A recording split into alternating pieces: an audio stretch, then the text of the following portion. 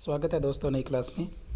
राष्ट्रपति के बारे में हम पढ़ रहे थे, तो आज राष्ट्रपति के कार्य और शक्तियों के बारे में हम वो पढ़ेंगे आगे। तो कार्यपालिका या प्रशासनिक शक्तियाँ कौन कौन सी होती है वो सबसे पहले देखते हैं। अनुच्छेद जो 53 में दिया गया है ना, इसमें क्या दिया गया है कि ये कार्यपालिका का वो प्रधान होता है। तो संघ की समस्त कार्यपालिका शक्तियाँ होती है और राष्ट्रपति में निहित होगी, जिनका प्रयोग वह स्वयं अथवा अपने अधीनस्थ के माध्यम से करेगा। तो स्वयं भी कर सकता है अध्यादेश वगैरह जारी करके 123 अनुच्छेद के तहत, या फिर अधीनस्थ मतलब अपने अधीनस्थ जो मंत्री होते हैं, मंत्रिपरिषद और प्रधानमंत्री, उनके माध्यम से वो कार्य करेगा। ठीक है, तो ये तो कार्यपालिका शक्ति होगी। फिर प्रधानमंत्री तथा मंत्रियों की नियुक्ति, तो इसमें क्या है कि अनुच्छेद 75(1) में दिया गया कि प्रधानमंत्री की नियुक्ति राष्ट्रपति करेगा तथा अन्य मंत्रियों की नियुक्ति राष्ट्रपति प्रधानमंत्री की सलाह से करेगा। ठीक है, तो यानी प्रधानमंत्री की नियुक्ति, प्रधानमंत्री कौन होता है? बहुमत दल का नेता होता है। तो जितने भी एमपी चुन के जाते हैं उनमें जिसके पास बहुमत है उस पार्टी का वो प्रधानमंत्री सेलेक्ट किया जाता है और उसको नियुक्त कौन करता है? राष्ट्रपति करता है। और अन्य जो भी मंत्री है उन मंत्रियों को जो चुनता है ना, मतलब सलाह किसकी ली जाती है? तो ये ली जाती है प्रधानमंत्री, क्योंकि उनके साथ मिलकर काम करना होता है, प्रधानमंत्री के साथ मिलकर काम करना होता है मंत्रियों को। इसलिए प्रधानमंत्री सेलेक्ट करता है, इनको नियुक्ति देनी है, राष्ट्रपति फिर उनको नियुक्त करता है। ठीक है, ये 75(1) में स्पेशल याद रखना, आपको पूछते हैं बहुत बार। तो ये 75(1) में आपको याद रखना है। फिर महत्वपूर्ण पदाधिकारियों की नियुक्ति किन किसकी करता है देखते हैं। तो महान्यायवादी की नियुक्ति करता है, अनुच्छेद 76 में आइए, बहुत इंपॉर्टेंट है। अनुच्छेद 76 में महान्यायवादी, अटॉर्नी जनरल, ठीक है, अटॉर्नी जनरल की नियुक्ति करता है वो। ये देखो आपका सबसे बड़ा जो है ना कानूनी सलाहकार होता है सरकार का, महान्यायवादी। और राज्य में जो होता है उसको बोलते हैं एडवोकेट जनरल। ठीक है, वो एडवोकेट जनरल होता है और केंद्र में होता है अटॉर्नी जनरल, महान्यायवादी।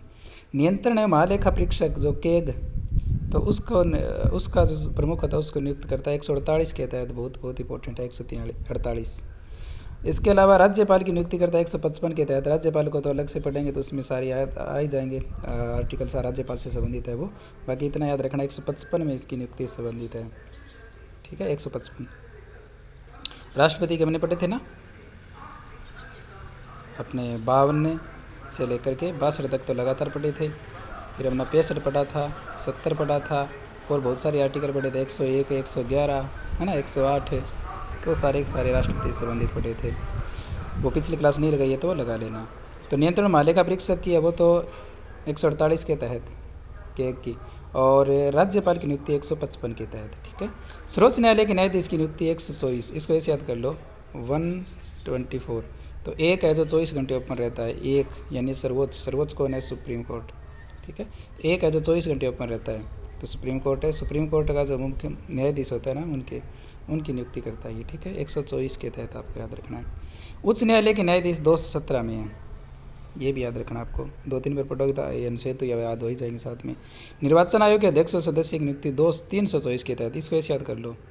देखो, एक है जो 24 घंटे ओपन रहता है, सुप्रीम कोर्ट हो गया। 3 है जो 24, इसको ऐसे याद करो, 24 घंटे तो ओपन रहता है, और 3 मतलब 3 प्रकार के चुनाव कराता है ये। एमपीज के करवाता है केंद्र में। ठीक है, इसके अलावा राज्य में किसके कराता है? ये एमएलए के करवाता है ना, एमएलए करवाता है। और जो राज्यसभा होता है ना उसके भी, यानी लोकसभा हो गया, राज्यसभा हो गया और एमएलए हो गया। तो 3 लेवल के चुनाव है वो करवाता है। और जो स्थानीय स्वशासन के जो चुनाव होते हैं ना, सरपंच वगैरह या फिर जिला परिषद की है, नगर पालिका वाले हैं, वो अपने राज्य निर्वाचन आयोग करवाता है, वो केंद्रीय निर्वाचन आयोग है वो नहीं करवाता। ठीक है, तो 324 याद रह जाना, 124 के साथ साथ 324 भी याद रखोगे, 148 भी याद रख लोगे, नियंत्रण महालेखा परीक्षक। फिर संघ लोक सेवा आयोग के अध्यक्ष सदस्य यूपीएससी की बात करें 316 के तहत, ये तथा याद ही है। ठीक है, 316 यूपीएससी की बात कर रहे हैं अपन। तो क्या क्या याद रखना है? राष्ट्रपति किस किस की नियुक्ति करता है? महान्यायवादी की 76 के तहत है, केग वाले 148 के तहत है, 155 में राज्यपाल है, और सुप्रीम कोर्ट के न्यायाधीश है उनकी 124 के तहत है। उच्च न्यायालय के न्यायाधीश की 217 है, निर्वाचन आयोग के अध्यक्ष 324 है, और संघ लोक सेवा आयोग 316 है। फिर आगे देखते हैं।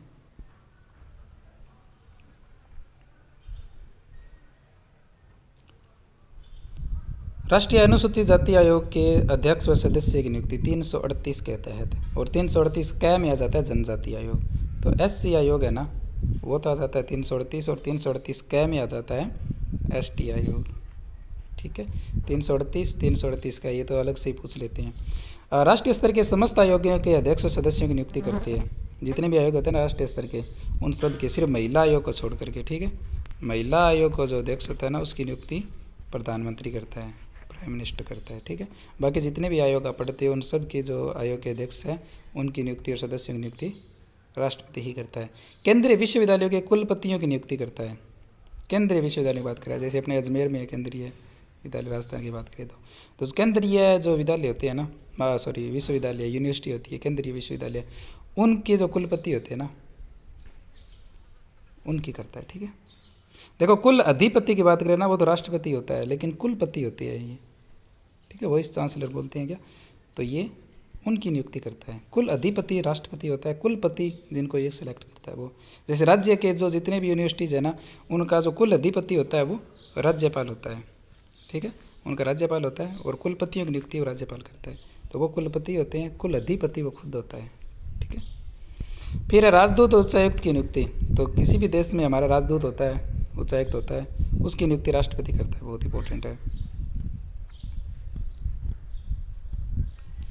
फिर आगे देखें, पदच्युत संबंधी शक्ति, मतलब हटा किस किस को सकता है। तो प्रसाद पर्यंत मतलब है कार्य के दौरान किस किस को हटा सकता है। कुछ पद राष्ट्रपति के प्रसाद पर्यंत होते हैं जिन्हें राष्ट्रपति बिना कोई कारण बताए, बिना किसी प्रक्रिया के किसी भी समय पद से हटा सकता है, ठीक है। जैसे महान्यायवादी को डायरेक्ट हटा सकता है।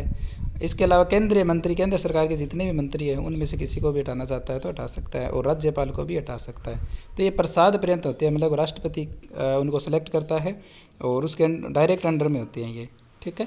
तो इसी का मतलब ये प्रसाद पर्यंत यानी डायरेक्ट जिनको हटा सकता है और उसी के अंडर में ये काम करते हैं।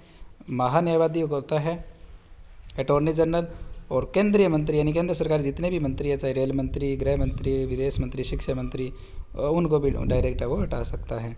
इसके अलावा राज्यपाल को डायरेक्ट हटा सकता है। 3 याद रखने आपको, प्रसाद पर्यंत, ठीक है, प्रसाद पर्यंत मतलब इनको उसके अंडर में काम करते हैं और इनको डायरेक्ट वो हटा सकते हैं।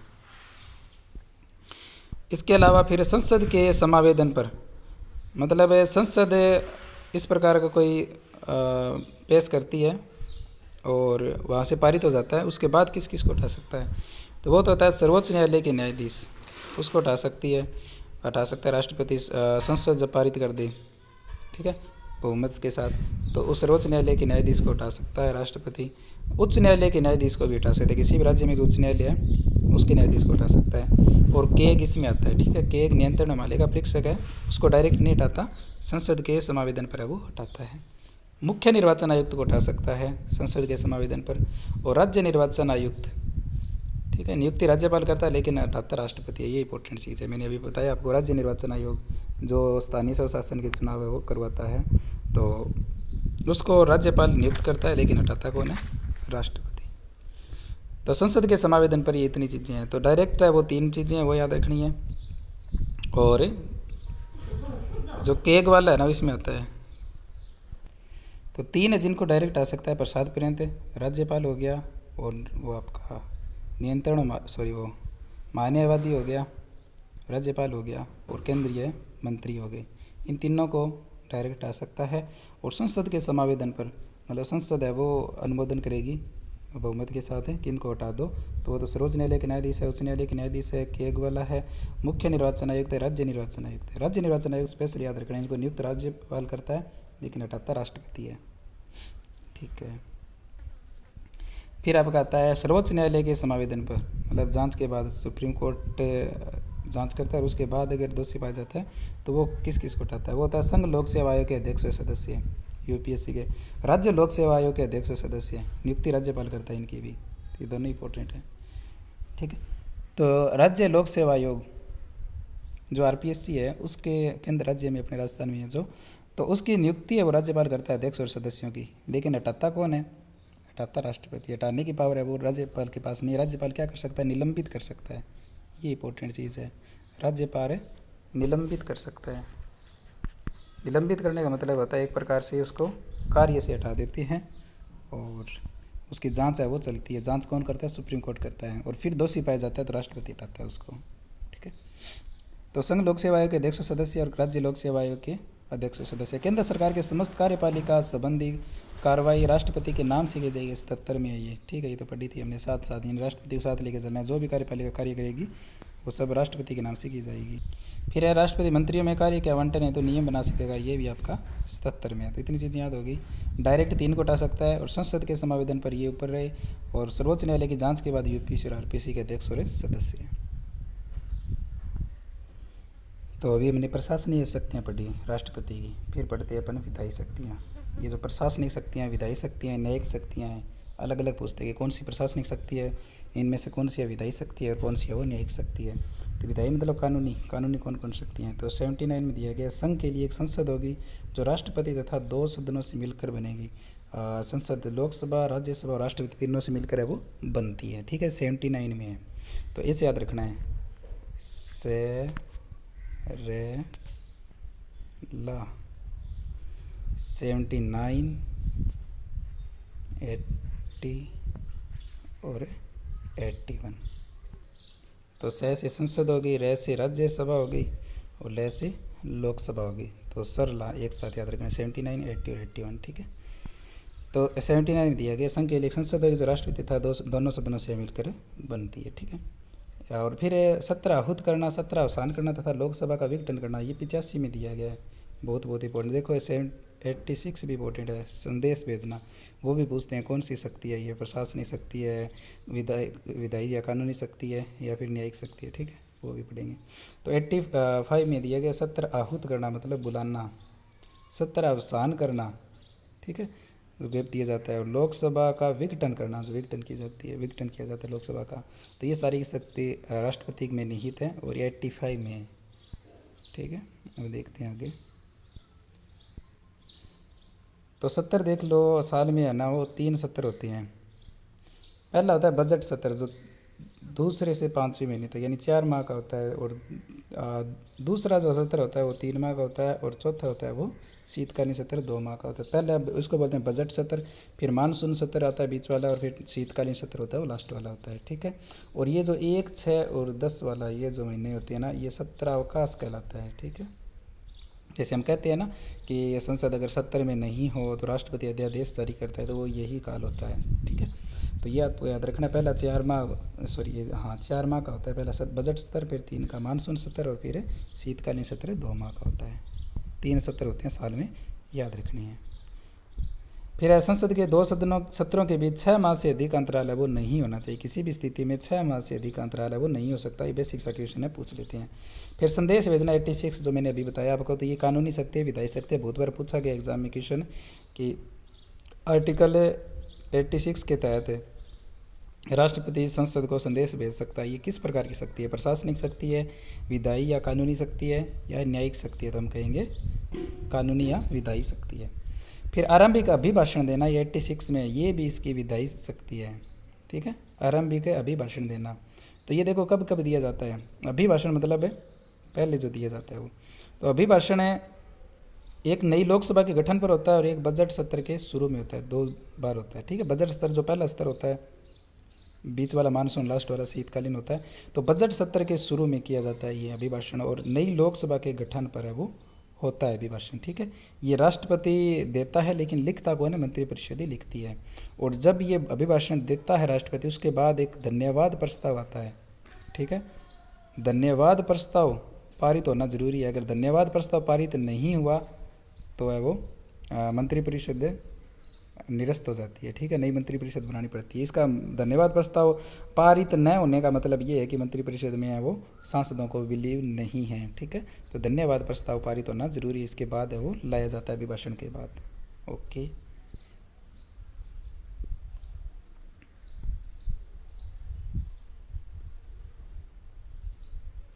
ये दे भी रखा है कि राष्ट्रपति का यह अभिभाषण मंत्रिमंडल तैयार करता है, ठीक है। मंत्रिमंडल, देखो मंत्रिपरिषद में तो सारे मंत्री हो गए शामिल। जो लोकसभा का अधिकतम कितना होता है, 15% होता है, ठीक है। इतने मंत्री है वो, इतने वो सांसद है वो मंत्री बन सकते हैं, मंत्रिपरिषद होगी। मंत्रिमंडल में मुख्यमंत्री आते हैं, ठीक है। मुख्य जो हेड होते हैं, जैसे आप गृह मंत्री हैं, रक्षा मंत्री हो गया, प्रधानमंत्री हो गया ना, विदेश मंत्री हो गया, जो मुख्य होते हैं ना 4-5, वो इसमें आते हैं, ये मंत्रिमंडल में आते हैं, ठीक है। और मंत्रिपरिषद में सारे आते हैं। फिर है संयुक्त बैठक बुलाना, ये 108 मैंने आपको बताया था, ठीक है, राष्ट्रपति से पढ़ा था हमने पहले। तो संयुक्त बैठक बुलाना ये भी इसकी क्या कौन सी शक्ति है? विधायी शक्ति है। तो किसी साधारण विधेयक पर दोनों सदनों के बीच गतिरोध होने की स्थिति में उस गतिरोध को दूर करने तो राष्ट्रपति अनुच्छेद 108 के तहत संयुक्त बैठक बुलाता है, जिसमें दोनों सदनों के सम्मिलित रूप से उपस्थित सदस्यों का साधारण बहुमत से निर्णय लिया जाता है। ये भी इंपॉर्टेंट चीज़ है, साधारण बहुमत होता है यहाँ पर। तो संयुक्त बैठक की अध्यक्षता ये मैंने आपको बताया था, लोकसभा अध्यक्ष करता है 118 के तहत। तो 108 संयुक्त बैठक याद किया था ना, एम्बुलेंस याद रखना, 108 एम्बुलेंस का नंबर होता है ना, तो एम्बुलेंस आती है तो सारी इकट्ठे हो जाती हैं 108, और इसमें 10 जोड़ देंगे तो 118 के तहत इसकी अध्यक्षता कौन कर सकता है? करता है, तो लोकसभा स्पीकर है वो करता है, ठीक है। और फिर बात करें तो अब तक है वो 3 बार संयुक्त बैठक है वो हो चुकी है। दहेज विधेयक निरोधक विधेयक आया था 1961 में, ये पूछते हैं 1961 में दहेज निरोधक विधेयक आया था, तब संयुक्त बैठक बुलाई गई थी। एक बैंकिंग सेवा विधेयक है 1978 में, बैंकों का राष्ट्रीयकरण से संबंधित ना, तो उसमें भी आपका ये बुलाया गया था। और आतंकवाद निरोधक विधेयक जो पोटा था वो 2002 में। एकमात्र व्यक्ति जो इन तीनों बैठकों में शामिल रहे थे वो थे अटल बिहारी वाजपेयी जी, ठीक है, इंपॉर्टेंट है, तीनों बैठकों में शामिल रहे थे। तो संयुक्त बैठक आज तक कितनी बार बुलाई गई है? 3 बार बुलाई गई, 1961 में दहेज निरोधक विधेयक और बैंकिंग सेवा विधेयक 1978 में, और आतंकवाद निरोधक विधेयक 2002 में, और तीनों में जो शामिल रहे वाजपेयी जी रहे हैं। तो 108 के तहत राष्ट्रपति इनको बुलाता है, ये इसकी विधायी शक्ति है, कानूनी शक्ति है। और 118 के तहत इसकी अध्यक्षता कौन करता है? लोकसभा अध्यक्ष करता है, ठीक है, राष्ट्रपति नहीं करता, याद रखना। राष्ट्रपति सिर्फ आदेश देता है कि आप है वो गतिरोध आपके बीच में जो है ना, जैसे आपको मान लो लोकसभा में कोई बिल पारित हो गया, राज्यसभा में नहीं हो रहा है, उस पर डिस्कस ज़्यादा हो रही है, तो इस प्रकार के कोई बिल होते हैं ना, तो उनको फिर संयुक्त बैठक बुला करके वो सही किया जा सकता है। फिर है सांसदों की अयोग्यता से संबंधित विवाद का निर्णय, मैंने आपको बताया था 103 से आपको याद रखना है, तीन शब्द किसी में होते हैं? सांसद, है ना। तो सांसदों की अयोग्यता से संबंधित ये भी इसकी कानूनी शक्ति राष्ट्रपति की। सांसदों की अयोग्यता से संबंधित विवाद का निर्णय राष्ट्रपति निर्वाचन आयोग की सलाह से करता है, सलाह निर्वाचन आयोग की देगा। लेकिन एक चीज़ मैंने बताई थी, राष्ट्रपति के जो चुनाव होते हैं उसमें एक विवाद का होता है तो सुप्रीम कोर्ट है वो निर्णय लेती है, ठीक है। और जो महासचिव होता है वो उसका निर्वाचन अध्यक्ष होता है, लोकसभा राज्यसभा का। तो बाकी जितने भी चुनाव होते हैं ना उन सब का जो केंद्र निर्वाचन आयोग है वही करवाता है, ठीक है। और जो स्थानीय स्वशासन के होते हैं राज्य निर्वाचन आयोग करवाता है। लेकिन अगर सांसदों की अयोग्यता से संबंधित है मामला तो जो निर्णय राष्ट्रपति करेगा, लेकिन निर्वाचन आयोग की सलाह से ही करता है, ठीक है। फिर आगे देखते हैं, कुछ विधेयकों को पेश करने से पूर्व राष्ट्रपति की पूर्व अनुमति आवश्यक होती है। तो जैसे नए राज्य के गठन से संबंधित विधेयक है, कोई नया राज्य बनाना है, तो नए राज्य के गठन से संबंधित विधेयक है ना, पहले राष्ट्रपति से अनुमति ली जाती है और फिर उसके बाद है उसको पारित किया जाता है। नए राज्य के नाम, सीमा क्षेत्र में परिवर्तन संबंधी विधेयक होते हैं, उनके लिए भी राष्ट्रपति से पहले पूर्व अनुमति ली जानी जरूरी है।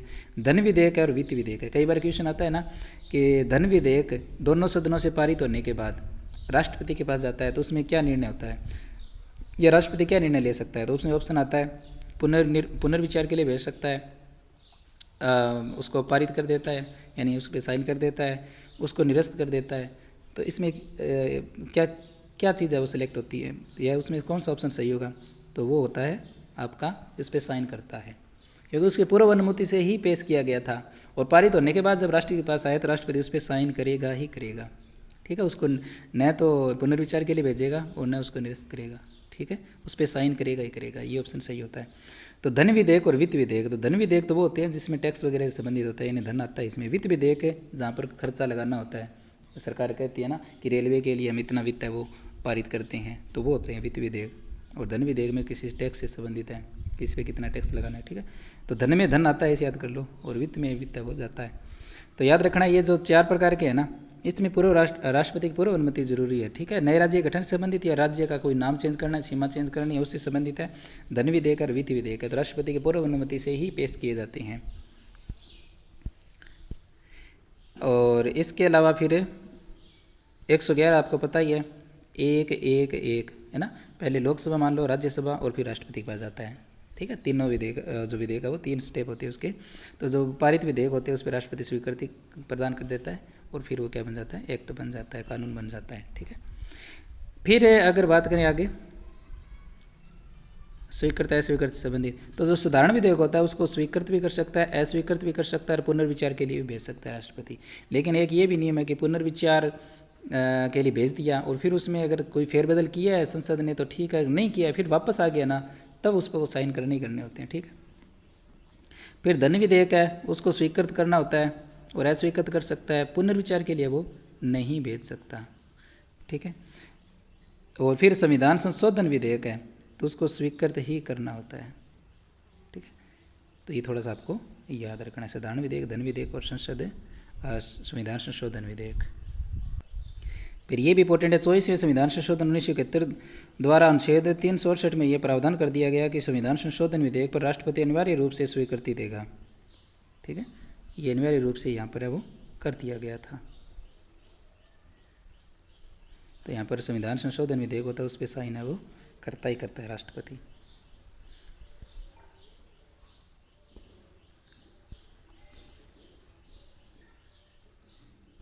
फिर ये भी मैंने आपको बताया था, विधानमंडल द्वारा पारित विधेयकों पर राष्ट्रपति की स्वीकृति 201 के तहत। तो 200 और 201 हमने एक साथ पढ़े थे। तो 200 तो राज्यपाल के पास होता है, कोई विधेयक जो राज्य से संबंधित है यानी विधान सभा से संबंधित है, वहाँ से पारित होने के बाद राज्यपाल के पास आता है तो उसके पास ऑप्शन होते हैं, उसको निरस्त कर सकता है, उस पर साइन करता है या उसको पुनर्विचार के लिए भेज सकता है। और अगर कोई इस प्रकार की कंडीशन है, दो राज्य से संबंधित विवाद है या फिर राजस्थान में जो राज्य में जो हाईकोर्ट है उससे संबंधित कोई मामला है तो उसको राष्ट्रपति के पास है वो भेजता ही भेजता है। ठीक है। तो वो 200 में आता है और फिर राष्ट्रपति उस पर निर्णय लेता है वो 201 में। तो राज्य विधानमंडल द्वारा पारित विधेयक स्वीकृति है तो राज्यपाल के समक्ष जाते हैं। 200 के तहत राज्यपाल अपने सभी विवेक के साथ किसी भी विधेयक को राष्ट्रपति के विचारार्थ है वो भेज सकता है। ठीक है। और राष्ट्रपति अनुच्छेद 201 के तहत साधारण विधेयक को स्वीकृत अस्वीकृत कर सकता है या पुनर्विचार के लौटा सकता है। राष्ट्रपति द्वारा लौटाए गए विधेयक को यदि राज्य विधानमंडल द्वारा पुनः पारित कर दे तो इसे स्वीकृति देने तो राष्ट्रपति बाध्य है वो नहीं है। इसके अलावा राज्य विधानमंडल द्वारा पारित ऐसे धन विधेयक को जो राज्यपाल राष्ट्रपति के विचारार्थ भेजे तो उसे राष्ट्रपति स्वीकृत या अस्वीकृत कर सकता है लेकिन पुनर्विचार के लिए नहीं लौटा सकता। तो देखो, राज्य विधानमंडल द्वारा पारित ऐसे धन विधेयक को जो राज्यपाल राष्ट्रपति के विचारार्थ भेजे तो उसे राष्ट्रपति स्वीकृत या अस्वीकृत कर सकता है लेकिन पुनर्विचार के लिए वो नहीं लौटा सकता। धन विधेयक की बात करें जो मैंने ऊपर बताई आपको। राज्य विधानमंडल द्वारा पारित एक विधेयक ऐसा होता है जिसे राष्ट्रपति के विचारार्थ भेजने के राज्यपाल बाध्य है, मतलब राष्ट्रपति को भेजना होता है। कौन होता है? जो न्यायालय की शक्तियों को कम करने से संबंधित विधेयक है। ठीक है। राज्य में जो न्यायालय है, हाईकोर्ट है, उनकी शक्तियों को कम करने से संबंधित कोई मामला है, कोई इस प्रकार का विधेयक है तो वो राष्ट्रपति के पास भेजेगा ही भेजेगा। ये जो धन विधेयक की बात करें ना कि धन विधेयक को राष्ट्रपति के पास भेजेगा तो वो उस आपातकालीन स्थिति होती है या पैसे की कमी होती है, इस प्रकार का कोई, जैसे राज्य ने विधानमंडल ने पारित कर दिया कोई बिल जिसमें ऐसे बोलेगा कि सभी को है वो एक एक प्लॉट दिया जाएगा, सभी को 10-10 बीघा ज़मीन दी जाएगी, तो इस प्रकार की चीज़ें वो पॉसिबल नहीं है। तो इस प्रकार के जो विधेयक है ना वो राज्यपाल बोलेगा भैया ये आप सही नहीं कर रहे तो वो राष्ट्रपति को भेज सकता है। ठीक है। और जो आपके न्यायालय की शक्तियों कम करने से संबंधित विधेयक है ना तो वो राज्यपाल फैसला नहीं ले ही नहीं सकता, वो डायरेक्ट राष्ट्रपति को ही भेजता है।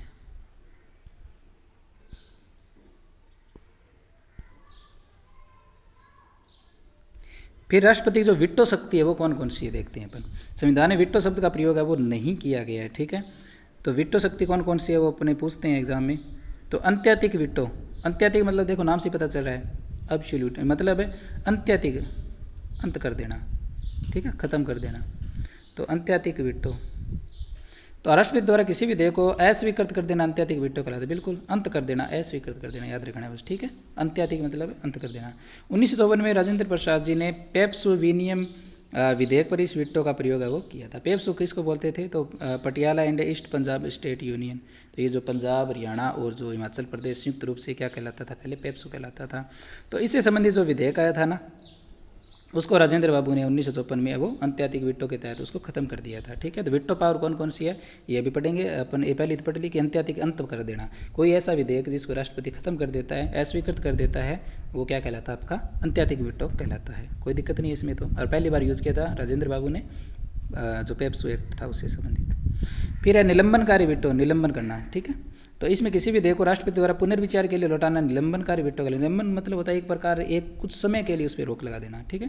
राष्ट्रपति द्वारा पुनर्विचार के लिए लौटाए गए विधेयक को यदि संसद साधारण बहुमत से पुनः पारित करते राष्ट्रपति स्वीकृत करने हेतु बाध्य। मैंने अभी आपको बताया था 1978 में किया था ना कि राष्ट्रपति अब उसके लिए बाध्य, पहले इंदिरा गांधी जी ने किया था बाध्य, और फिर 78 में ये कर दिया था कि इसको एक बार पुनर्विचार के लिए भेज सकता है राष्ट्रपति। ठीक है, राष्ट्रपति की भी इज्जत रखनी है। इंदिरा गांधी जी ने ये किया था कि उसके पास जाता है, राष्ट्रपति के पास कोई भी देखे तो उस पर वो साइन करने के लिए बाध्य है। फिर 1978 में ये कर दिया था संशोधन करके कि एक बार पुनर्विचार के लिए वो भेज सकता है, लेकिन पुनर्विचार के बाद अगर राष्ट्रपति के पास आता है उसमें चाहे कोई चेंज किया हो या ना किया हो तब बाध्य है। ठीक है, ये 78 में किया था। तो अंत्याधिक मतलब खत्म कर देना, निलंबनकारी मतलब कुछ समय के लिए रोक देना, या फिर उसको बोलना कि भैया एक बार आप पुनर्विचार कर लो इस पर और डिस्कस कर लो, तो वो निलंबनकारी वीटो होता है। फिर है पॉकेट वीटो, सीधा जेब में डाल लेना, न तो उसको स्वीकृत करना न स्वीकृत करना। तो संसद द्वारा पारित किसी विधेयक पर राष्ट्रपति द्वारा कोई प्रतिक्रिया न करना था, न उसे स्वीकृत और न अस्वीकृत करना पॉकेट वीटो है वो कहलाता है। 1986 में ज्ञानी जेल सिंह जी ने वो किया था इसका प्रयोग। ठीक है, तो राजेंद्र बाबू जी ने तो किया था अंत्याधिक वीटो का, और ये पुनर्विचार वाला होता है निलंबनकारी। और जो पॉकेट वीटो है उसका सबसे पहले 1986 में किया था ज्ञानी जेल सिंह जी ने डाकघर विधेयक पर। पूछते हैं कि डाकघर विधेयक पर, या फिर पूछते हैं कि इनमें से किस पर सबसे पहले वो पॉकेट वीटो का यूज हुआ था, हम कहेंगे डाकघर विधेयक है ज्ञानी जेल सिंह।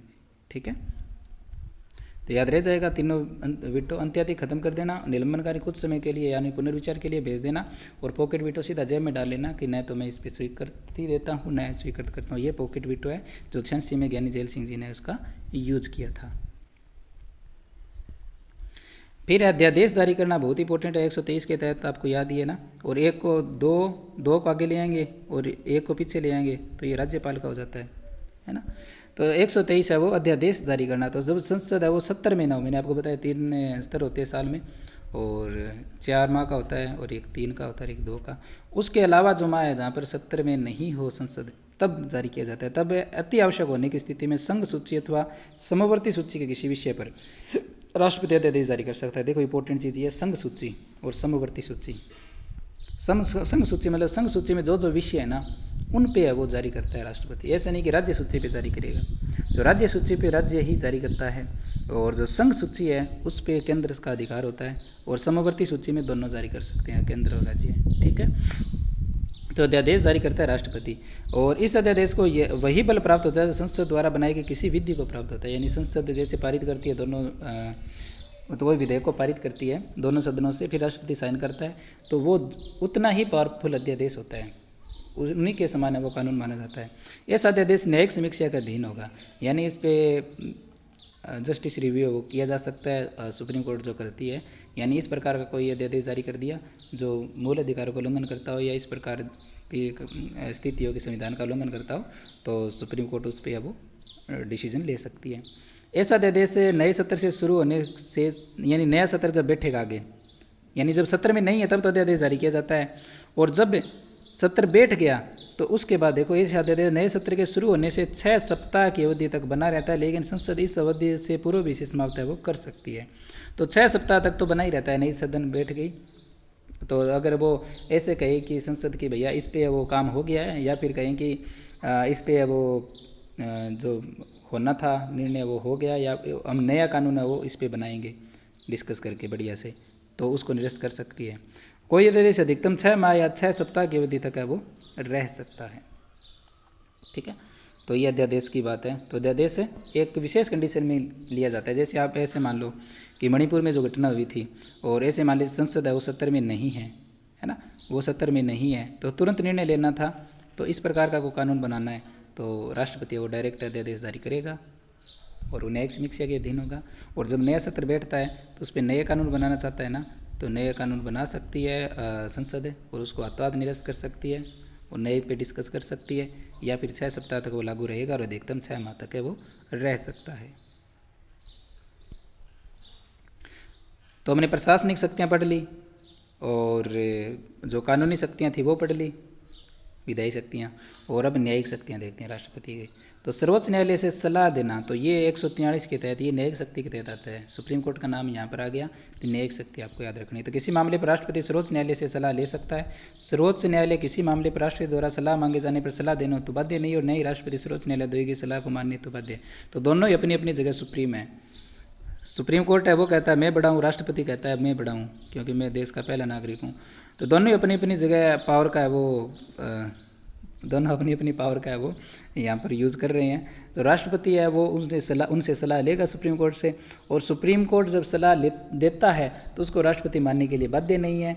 और अगर सुप्रीम कोर्ट कहे कि मैं इस पर सलाह नहीं दूंगा तो वो भी बाध्य नहीं है, सलाह देने के लिए भी बाध्य नहीं है। ठीक है, दोनों चीज़ें हैं यहाँ पर, दोनों सुप्रीम है। फिर 1950 से पूर्व के मामलों में कोई सलाह मांगे जाने पर सर्वोच्च न्यायालय बाध्य है, लेकिन ऐसे मामलों में भी राष्ट्रपति सलाह मानने हेतु बाध्य नहीं है। ठीक है, तो ये बाद में कर दिया कि सलाह जो दी है वो मानने के लिए बाध्य नहीं राष्ट्रपति, तो सुप्रीम कोर्ट बोला कि हम भी सलाह देने के लिए बाध्य नहीं है। ठीक है, फिर अब तक सर्वोच्च न्यायालय ने कुल 15 मामलों में राष्ट्रपति को सलाह दी थी। ठीक है, दिल्ली विश्वविद्यालय अधिनियम है 1951 है, 2G स्पेक्ट्रम जो 2012 है। ठीक है, इस प्रकार जो मामले उसमें तो 15 मामले आपको याद रखने हैं।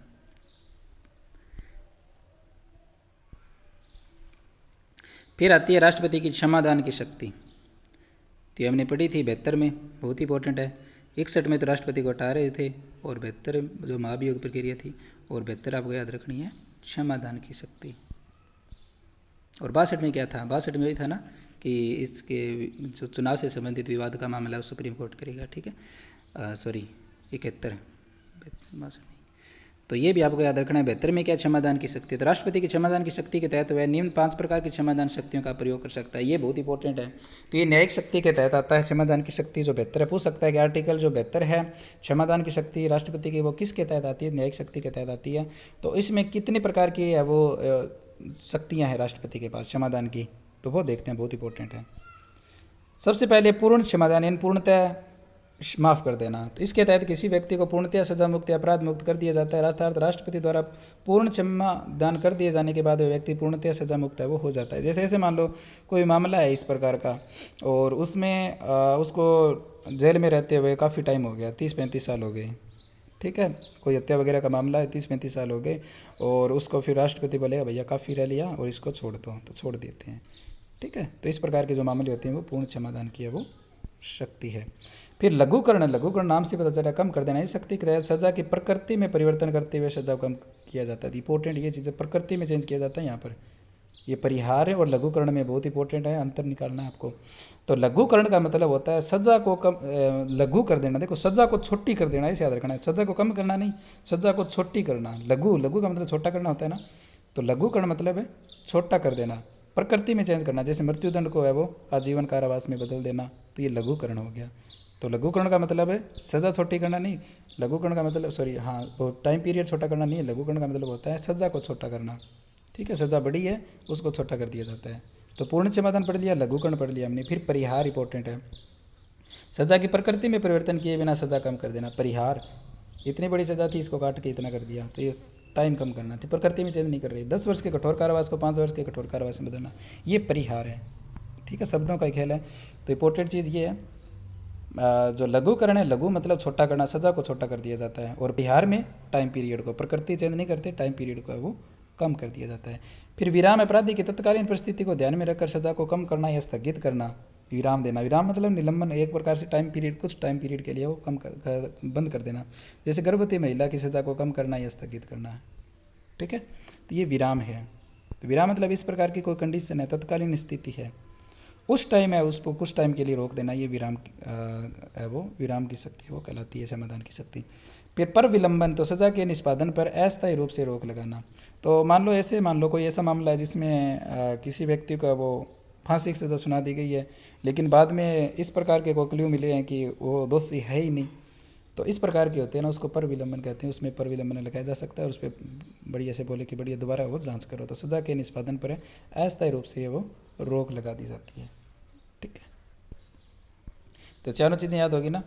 पूर्ण क्षमादान पूर्णतः, लघुकरण मतलब है सज़ा को छोटा कर देना, फांसी को आजीवन कारावास। परिहार मतलब है प्रकृति वही रहेगी लेकिन टाइम पीरियड कम कर दिया जाएगा। विराम मतलब एक विशेष कंडीशन में किया जाता है, ये एक प्रकार से कुछ टाइम पीरियड के लिए उसको बंद कर दिया जाता है सज़ा को।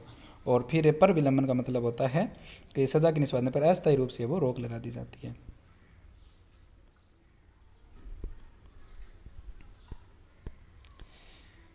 तो ये न्यायिक शक्तियाँ थी। अब वित्तीय शक्तियाँ पढ़ते हैं। वित्तीय शक्तियाँ क्या है? धन विधेयक और वित्त विधेयक राष्ट्रपति की पूर्व अनुमति से ही लोकसभा में पेश किए जाते हैं। मैंने आपको बता दिया धन विधेयक क्या होते हैं, वित्तीय विधेयक क्या होते हैं? तो पूर्व अनुमति से ही पेश की जाती है, ये वित्तीय शक्तियाँ में आते हैं। राष्ट्रपति प्रतिवर्ष संसद में बजट पेश करवाता है, इंपॉर्टेंट चीज़ है ये।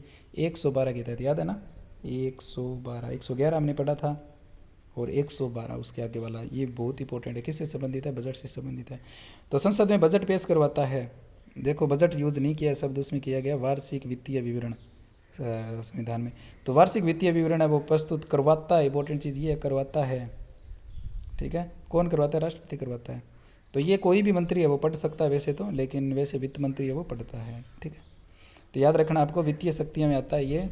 112 के तहत है वो बजट पेश करवाता है राष्ट्रपति। भारत की आकस्मिक निधि राष्ट्रपति के अधीन होती है। जो आकस्मिक निधि होती है ना, उसका हेड होता है 267 के तहत, याद रखना है 267, बहुत बार पूछ लेते हैं। तो 267 में क्या है? आकस्मिक निधि, उसका हेड राष्ट्रपति होता है। ये 267 में राष्ट्रपति प्रति 5 वर्ष से एक वित्त आयोग का गठन करता है। तो ये 280 में, ये तो बहुत ही इंपॉर्टेंट है, 280 में, है ना। याद रह जाए, कोई दिक्कत नहीं है वित्तीय शक्तियों में। एक तो जो लोग अपने वित्त विधेयक और धन विधेयक है ना, वो राष्ट्रपति की पूर्व अनुमति से ही पेश किए जाते हैं संसद में या सदन में, लोकसभा कह लो, राज्यसभा कह लो। राष्ट्रपति प्रति, हाँ पहले लोकसभा में आता है ये भी इंपॉर्टेंट चीज़ है, ठीक है। धन विधेयक होता है ना, पहले लोकसभा में आता है। और राष्ट्रपति प्रतिवर्ष संसद में बजट पेश है वो करवाता है 112, बहुत इंपॉर्टेंट, 112 के तहत, ठीक है, 112 में। और फिर भारत की आकस्मिक निधि होती है ना, 267 में है, जो उसमें राष्ट्रपति है वो उसका हेड होता है। और राष्ट्रपति प्रति 5 वर्ष से एक वित्त आयोग का वो गठन करता है, बहुत इंपॉर्टेंट। 280 पक्का याद रखना है, 280। तो ये वित्तीय शक्तियाँ थी। अब राजनयिक शक्तियाँ पढ़ते हैं, एक राजा के रूप में क्या कह सकती हैं। तो राष्ट्रपति विदेशों में भारत का प्रतिनिधित्व करता है। विदेशों में प्रतिनिधि राष्ट्रपति होता है। आप कहते हो जी प्रधानमंत्री भी दौरा करता है, तो प्रधानमंत्री दौरा करता है ना, वो अपने कोई निर्णय लेने होते हैं ना, कोई ऐसे कह सकते हैं कि व्यापार से संबंधित कोई हमें साइन करने होते हैं, इस प्रकार के जो मामले होते हैं ना, उसमें अपना प्रधानमंत्री काम करता है। लेकिन अगर ऐसे कोई सम्मेलन हो, कोई बहुत बड़ा सम्मेलन हो, तो वहाँ पर राष्ट्रपति ही जाता है। भारत का जो प्रतिनिधित्व करने कौन जाएगा? राष्ट्रपति जाएगा। तो विदेशों में भारत का प्रतिनिधित्व करता है। विदेशों के साथ किए गए संधि व समझौते राष्ट्रपति के नाम से ही किए जाते हैं। जो संधि समझौते प्रधानमंत्री जाके करते हैं ना, कि हम आपको इतना देंगे, आप ये मुझे हमें देना, तो वो जो समझौते किए जाते हैं राष्ट्रपति के नाम से किए जाते हैं। वैसे भी हमने 77 में पढ़ा था, जो संसद है वो सारे कार्य करती है वो राष्ट्रपति के नाम से करती है। विदेशों में राजदूतों की नियुक्ति करता है। हर देश में अपना राजदूत होता है, उसकी नियुक्ति राष्ट्रपति करता है। ये राजनयिक शक्ति है। विदेशी राजदूतों को भारत में प्रत्यय पत्र है वो जारी करना, तो विदेशी राजदूत है वो यहाँ पर रहते हैं, तो वो भी राष्ट्रपति के अधीन ही रहते हैं। जैसे हमने पढ़ा था ना, जो उपाधियों का अंत पढ़ा था मूल अधिकारों के तहत, तो उसमें भी यही पढ़ा था हमने कि कोई भी विदेशी जो राजदूत है इंडिया में रह रहा है, वो अगर विदेश से, अपने देश से किसी से जो उपाधि प्राप्त करता है, तो राष्ट्रपति की अनुमति लेकर, यानी भारत के जो राष्ट्रपति उसकी अनुमति लेकर ही प्राप्त कर सकता है, ऐसे नहीं कर सकता, ठीक है। तो राजनयिक शक्तियाँ ये होगी, देख लो, भारत का प्रतिनिधित्व करता है विदेश में, और जितने भी संधि समझौते किए जाते हैं, जो चाहे प्रधानमंत्री करे या विदेश मंत्री करे, कोई भी मंत्री वहाँ जाकर करे, वो सारे राष्ट्रपति के नाम से किए जाते हैं। विदेशों में राजदूतों की नियुक्ति करता है, और जो प्रत्यय पत्र जारी करता है विदेशी राजदूत जो इंडिया में रह रहे हैं उनको भी राष्ट्रपति करता है जारी। फिर सैन्य शक्तियाँ, तो तीनों सेनाओं का हेड होता है, सबको पता है, 53, ठीक है, 53। तो तीनों सेनाओं का सर्वोच्च सेनापति है वो कौन होता है? राष्ट्रपति होता है। और जो कार्यपालिका थी उसका हेड भी राष्ट्रपति, ठीक है। इतनी चीज़ क्लियर होगी। फिर आपातकालीन शक्तियाँ विशेष रूप से पढ़नी, आपको याद रखनी है। तो अनुच्छेद 352 से 360 भाग कौन सा हो गया? 10 और 8, 18। तो 352 से 360 तक है वो आपातकालीन प्रावधान है वो किए गए हैं। तो 352 में राष्ट्रीय आपातकाल है, मैंने आपको बताया 3 कंडीशन में लगाया जा सकता है। 356 में राष्ट्रपति शासन है। 360 में वित्तीय आपातकाल है, बहुत इंपॉर्टेंट है। तो इसमें आगे देखते हैं अपन 352, 356 और 360। वैसे मैं पहले बता चुका हूँ आपको, लेकिन और देख लेते हैं अपन। तो जो राष्ट्रपति शासन है वो 352 वाला आपातकाल स्थिति है वो कब कब लगाई जा सकती है? देखो, युद्ध हो सकता है, बाह्य आक्रमण हो सकता है, या सशस्त्र विद्रोह है, ठीक है। ये शस्त्र विद्रोह है वो आंतरिक शांति के शब्द की जगह 1978 में यूज़ किया गया शब्द। इसे आम बोलचाल की भाषा में राष्ट्रीय आपातकाल कहा जाता है, क्योंकि इलाकी शब्दावली का प्रयोग संविधान में वो नहीं किया गया है, ठीक है। युद्ध मतलब राष्ट्रीय आपातकाल यूज़ नहीं किया गया शब्द, ठीक है। तो राष्ट्रीय आपातकाल अपना वो कहते हैं। युद्ध अथवा बाह्य आक्रमण की दशा में लागू आपातकाल को बाह्य आपातकाल कहा जाता है, जबकि सशस्त्र विद्रोह के कारण लागू आपातकाल को आंतरिक आपातकाल है वो कहा जाता है। उद्घोषणा राष्ट्रपति को यह समाधान हो कि युद्ध, बाह्य आक्रमण अथवा सशस्त्र विद्रोह के कारण देश की राष्ट्रीय सुरक्षा संकट में तो वह अनुच्छेद 352 के तहत राष्ट्रीय आपातकाल की वो घोषणा कर सकता है। कौन करता है? राष्ट्रपति करता है। ठीक है, तो अगर राष्ट्रीय आपातकाल लगाना हो 3 कंडीशन में होता है, कोई बाह्य अटैक हो जाए, या अपने इंडिया के साथ किसी का युद्ध हो जाए, या सशस्त्र विद्रोह हो जाए देश के अंदर ही, देश के अंदर इस प्रकार की कंडीशन आ जाए, कोई संगठन है वो गोले बारूद लेकर के वो गोलियां वगैरह चलाने लग जाए, लड़ाई दंगे वो शुरू हो जाए, तो उस स्थिति में वो राष्ट्रीय आपातकाल लगाया जा सकता है। 3 कंडीशन होती है। ठीक है, पहले आंतरिक अशांति शब्द था, फिर 1978 में कर दिया सशस्त्र विद्रोह।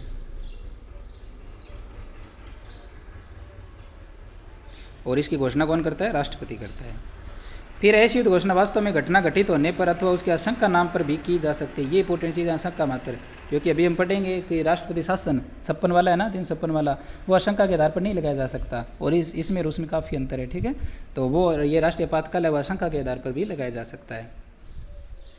फिर ऐसी युद्ध घोषणा पूरे देश भर में भी लागू की जा सकती है अथवा प्रभावित क्षेत्र विशेष में भी लागू, जैसे किसी एक राज्य विशेष में है तो उस राज्य विशेष में राष्ट्रीय आपातकाल लगाया जा सकता है, या फिर पूरे देश में भी लगाया जा सकता है, जैसे युद्ध की स्थिति है ना, या बाह्य आक्रमण वगैरह। ऐसी युद्ध घोषणा न्यायिक समीक्षा के अधीन हो, बिल्कुल ये न्यायिक समीक्षा के अधीन होती है भाई। इस का मिस यूज़ तो नहीं किया गया है, तो ये न्यायिक समीक्षा के भी अधीन होती है। ये एक उद्घोषणा के प्रभावी होने के दौरान उसी के समानांतर ऐसी दूसरी उद्घोषणा भी की जा सकती है। ठीक है, एक मान लो उद्घोषणा कर दी और वो उसका टाइम पीरियड खत्म हो गया, तो दूसरी भी उद्घोषणा वो की जा सकती है। या फिर ऐसे मान लो एक राज्य में की गई है राष्ट्रीय आपातकाल है और दूसरा राज्य उससे प्रभावित हो रहा है, तो उस राज्य में भी लगाई जा सकती है। ठीक है, तो राष्ट्रीय आपातकाल आशंका मात्र भी लगाई जा सकती है, राष्ट्रपति इसकी उद्घोषणा करता है, और किसी राज्य विशेष में भी लगाई जा सकती है, या पूरे देश में भी लगाई जा सकती है। फिर 44 संविधान संशोधन 1978 द्वारा 352 में कुछ संशोधन किए गए थे। क्या क्या संशोधन किए गए? बहुत इंपॉर्टेंट किए गए थे। ठीक है, वो देखते हैं। पहला किया गया था कि मूल संविधान में आंतरिक अशांति शब्द का प्रयोग किया गया था। इसे संविधान संशोधन द्वारा अशांति समाप्त कर सशस्त्र विद्रोह कर दिया गया, क्योंकि आंतरिक अशांति किसी के आधार पर भी हो सकती है ना भाई। जैसे किसी नॉर्मल आंदोलन हो रहे हैं बिना विद्रोह के, ठीक है, जैसे अन्ना हजारे जी ने किया था, तो इस प्रकार के कोई आंदोलन हो रहे हैं, तो उसके आधार उस स्थिति में आप राष्ट्रीय आपातकाल नहीं लगा सकते। हथियारों के साथ होना तभी लगा सकते हो।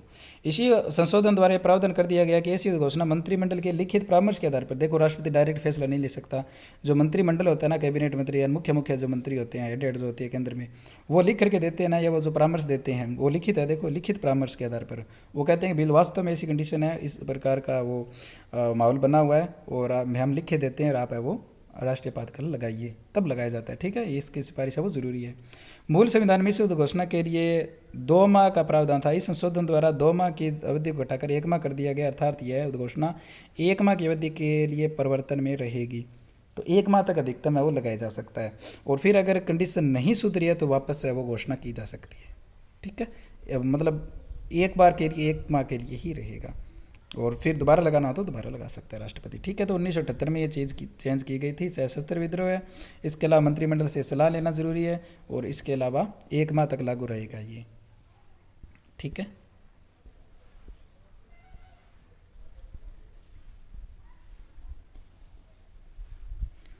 फिर संसद द्वारा अनुमोदन, मतलब इसको और ज़्यादा लागू करना है तो क्या करेंगे?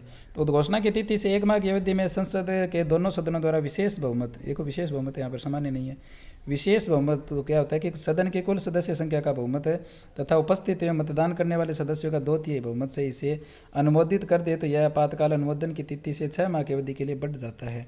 तो अगर इसको अनुमोदित कर दे संसद कि हाँ भैया वास्तव में कंडीशन ख़राब है, तो आप इसको विशेष बहुमत से पारित करो, तो वो फिर और 6 माह के लिए बढ़ जाता है। सामान्य अगर राष्ट्रपति लगाता है तो 1 माह के लिए रहेगा, पहले 2 माह था, फिर 1 माह कर दिया, और फिर इसको बढ़ाना है तो संसद अनुमोदन करती है, तो ये 6 माह तक है वो लागू रहता है।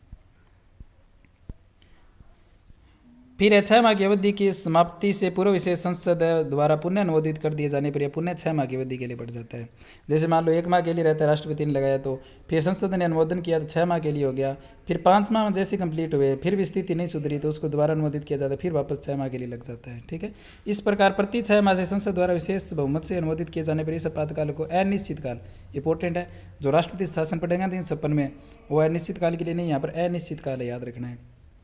ठीक है, दोनों में अंतर है काफ़ी, तो ये आपका याद रखना है, अनिश्चित काल। अंतर पूछते हैं एग्जाम में, तो ये अनिश्चित काल के लिए जारी रखा जा सकता है।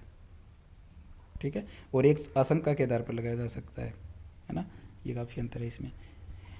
और इसके अलावा फिर मूल संविधान में इस आपातकाल के अनुमोदन हेतु संसद साधारण बहुमत का प्रावधान किया गया था, लेकिन 44 संविधान संशोधन 1978 में इसको क्या कर दिया गया, विशेष बहुमत कर दिया गया। 44 संविधान संशोधन 1978 में क्या क्या किया गया, एक सशस्त्र विद्रोह किया गया, एक मंत्रिमंडल की सलाह जरूरी कर दी, और पहले 2 माह के लिए रहता था, अब 1 माह के लिए कर दिया, राष्ट्रपति का डायरेक्ट है वो। फिर 6 माह से संशोधन अनुमोदन करती है संसद, 6 माह करके अनिश्चित काल तक वो कर सकती है। हालांकि ये पहले से 78 में नहीं है, और 78 में ये कर दिया था कि इसको जब अनुमोदित करती है संसद तो साधारण बहुमत नहीं, विशेष बहुमत। साधारण बहुमत तो वहाँ पर उपस्थित है, वो ऊपर करते हैं, जितने में बहुमत हो जाता है तो वो पारित हो जाता है, लेकिन यहाँ पर विशेष बहुमत है वो जरूरी है। तो इतनी चीज़ें याद रह जाएंगी राष्ट्रीय आपातकाल से संबंधित। फिर उद्घोषणा की समाप्ति कैसे होती है, राष्ट्रपति द्वारा इसे समाप्त किए जाने की घोषणा थी। राष्ट्रपति बोलता है कि यहाँ कंडीशन सही हो गई है और मैं आज से वो राष्ट्रीय आपातकाल उसको समाप्त करने की घोषणा करता हूँ, तो वो हो जाता है। या संसद इसे अनुमोदन न किए जाने पर, जैसे मान लो राष्ट्रपति ने लगाया राष्ट्रीय आपातकाल 1 माह के लिए लागू रहेगा और फिर संसद अनुमोदित नहीं करती है तो अपने आप खत्म हो जाता है। और संसद ने अनुमोदित कर दिया 6 माह के लिए और लागू हो गया, और 6 माह जैसे समाप्त हुए तो संसद ने अनुमोदित नहीं किया तो अपने आप है वो समाप्त हो जाता है। ठीक है, इतनी चीज़ें याद होगी।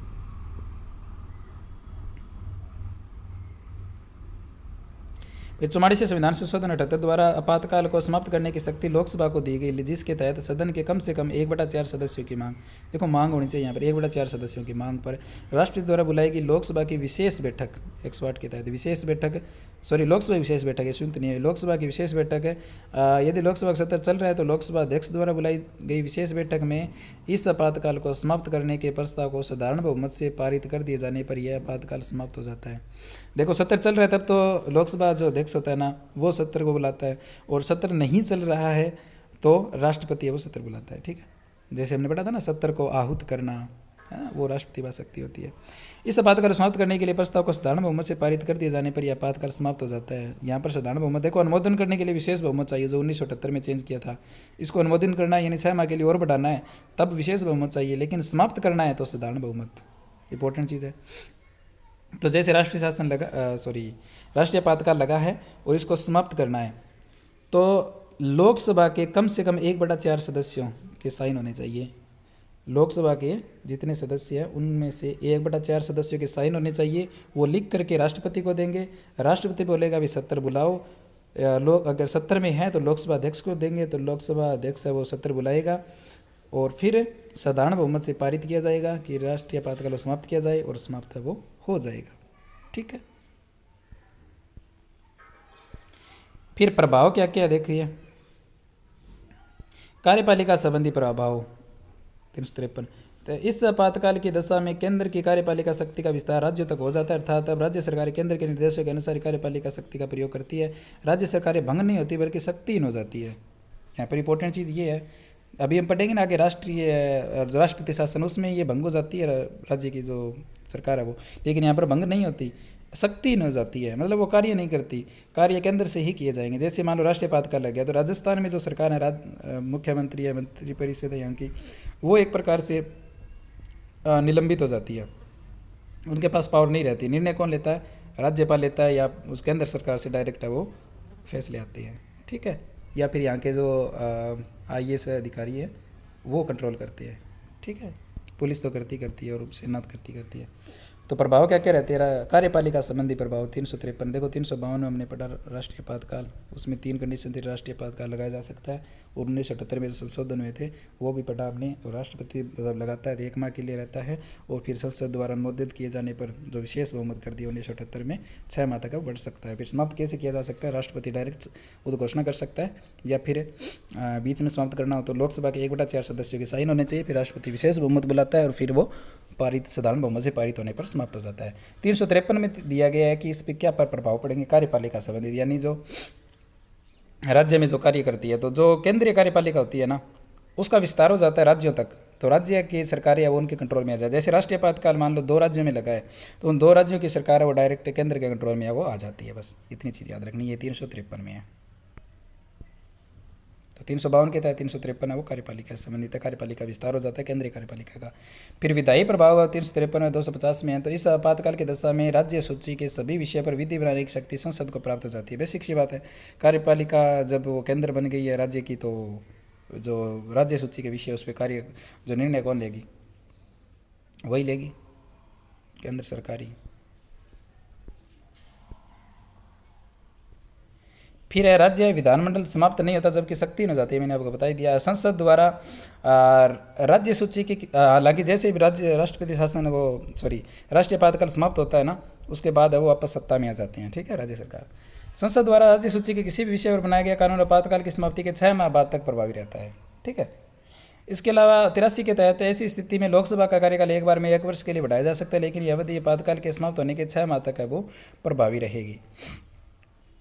जैसे मान लो राष्ट्रीय आपातकाल लगा है तो अनुच्छेद 83 के तहत, याद रखना 83 के तहत है वो लोकसभा कार्यकाल 1 साल तक बढ़ाया। जैसे 5 साल होता है इसका, तो 6 साल के लिए कर दिया। मान लो 1 साल है वो बढ़ा दिया, तो अगर 1 साल बढ़ा दिया और 1 साल बढ़ाया उसके जस्ट 2 माह बाद है वो राष्ट्रीय आपातकाल समाप्त हो गया, समाप्ति की घोषणा कर दी, तो 1 माह के लिए 1 माह हुआ अभी इसको 1 साल के लिए बढ़ाया, तो ऐसे मान लो 1 माह के बाद ये वो समाप्त हो गई राष्ट्रीय आपातकाल, तो ज़्यादा से ज़्यादा वो आगे 5 माह के लिए और रह सकती है, ठीक है, 6 माह के लिए और रह सकती है, ठीक है।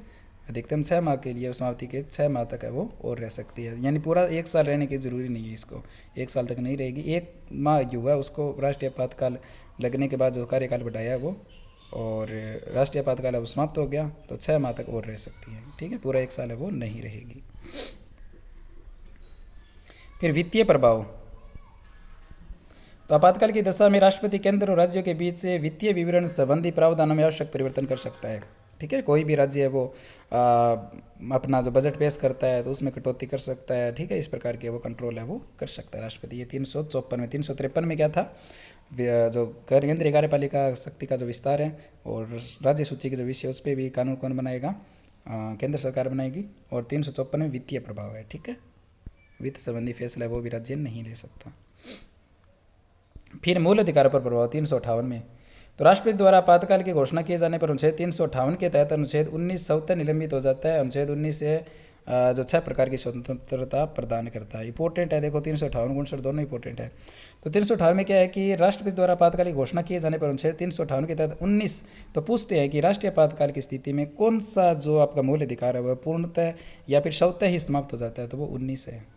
19 में आपकी 6 प्रकार की स्वतंत्रता दी गई ना, उसकी बात कर रही है। हालांकि 6 प्रकार की स्वतंत्रता में और भी बहुत सारी स्वतंत्रता छिपी हुई है, तो 19 वाला जो आर्टिकल है ना वो अपने आप समाप्त हो जाता है राष्ट्रीय आपातकाल की स्थिति में, ठीक है, स्वतः ही निलंबित हो जाता है, ठीक है। फिर 44 संविधान संशोधन 1978 द्वारा प्रावधान कर दिया गया कि अनुच्छेद 358 के युद्ध या बाह्य आक्रमण की स्थिति लागू किए जाने आपातकाल की दशा में प्रभावी रहेगा, सशस्त्र विद्रोह में नहीं।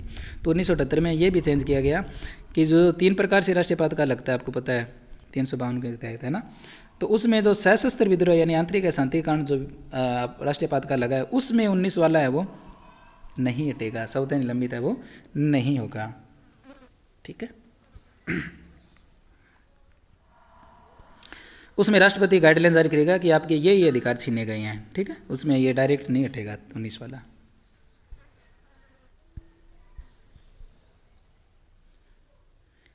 फिर 359, तो इस उपबंध के तहत आपातकाल की दशा में भाग 3 के तहत दिए गए मूल अधिकारों को निलंबित किया जा सकता है। देखो 358 में तो स्वतंत्रता वाला है, 358 59 मैंने बताया ना बहुत इंपॉर्टेंट है। 358 में तो है कि 19 वाला जो स्वतंत्रता का अधिकार है वो स्वतः निलंबित हो जाता है, लेकिन अगर आंतरिक अशांति कारण यानी सशस्त्र विद्रोह के कारण राष्ट्रीय आपातकाल लगाए तो उस कंडीशन में स्वतः निलंबित नहीं होते। 359 में क्या दिया गया है कि मूल अधिकारों निलंबित किया जा सकता है, किस प्रकार, लेकिन मूल अधिकारों का ऐसा निलंबन राष्ट्रपति के आदेश के तहत किया जा सकता है तथा केवल वे ही अधिकार निलंबित होते हैं जिनका राष्ट्रपति आदेश में उल्लेख होता है, ठीक है। 358 में 19 के निलंबन की बात कर रहा है, लेकिन 59 में ये दिया गया कि जो राष्ट्रपति लिख के देगा ना कि ये आपके मूल अधिकार छीने जा रहे हैं वही छीने जाएंगे, लेकिन इसमें भी एक कंडीशन है, देखते हैं आगे। 44 संविधान संशोधन 78 द्वारा यह प्रावधान किया गया कि अनुच्छेद 20-21 को किसी भी स्थिति में निलंबित नहीं किया जा सकता। तो 2 चीज़ें आती है एग्जाम में, एक तो पूछते हैं कि राष्ट्रीय आपातकाल की स्थिति में कौन सा जो मूल अधिकार है वो स्वतः निलंबित हो जाता है, आप कहते हैं अनुच्छेद 19 के तहत स्वतंत्रता का अधिकार।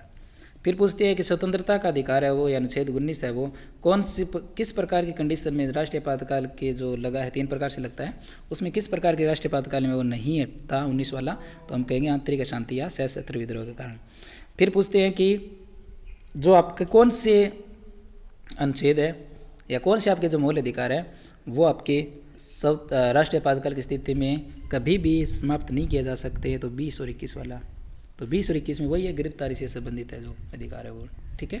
तो 20 और 21 वाले हैं वो कभी भी निलंबित नहीं किए जा सकते, बहुत बहुत इंपॉर्टेंट है, ठीक है, क्लियर हो गया। फिर प्रयोग कब कब हुआ है, तो भारत चीन युद्ध हुआ था 1962 में, तब राष्ट्रीय आपातकाल लगा था, समाप्त हो गया था 10 जनवरी 1968 को। देखो कितना साल लगा है ना। राष्ट्रपति उस टाइम राधा कृष्णन थे, प्रथम राजेंद्र बाबू थे, सेकंड थे राधा कृष्णन जी, और प्रधानमंत्री जवाहरलाल नेहरू जी थे, ठीक है। तो पहला 62 में लगा था इंडिया चीन युद्ध में, काफ़ी बड़ा देखो। फिर भारत पाक युद्ध हुआ था जब बांग्लादेश को बनाया था इंदिरा गांधी ने, ये 71 में लगा था और 77 में समाप्त हुआ था। उस टाइम राष्ट्रपति वी गिरी जी थे, ठीक है, प्रधानमंत्री इंदिरा गांधी थी, ठीक है, याद रह जाएगा। पहला भारत चीन युद्ध 1962 से 78 के बीच लगा था, राधा कृष्णन जी थे राष्ट्रपति, और भारत पाक युद्ध हुआ था, बांग्लादेश को आज़ाद कराया था 1971 में, 71 से 77 के बीच में लगा था। वी गिरी जी राष्ट्रपति थे और इंदिरा गांधी जी है वो पीएम थी, ठीक है।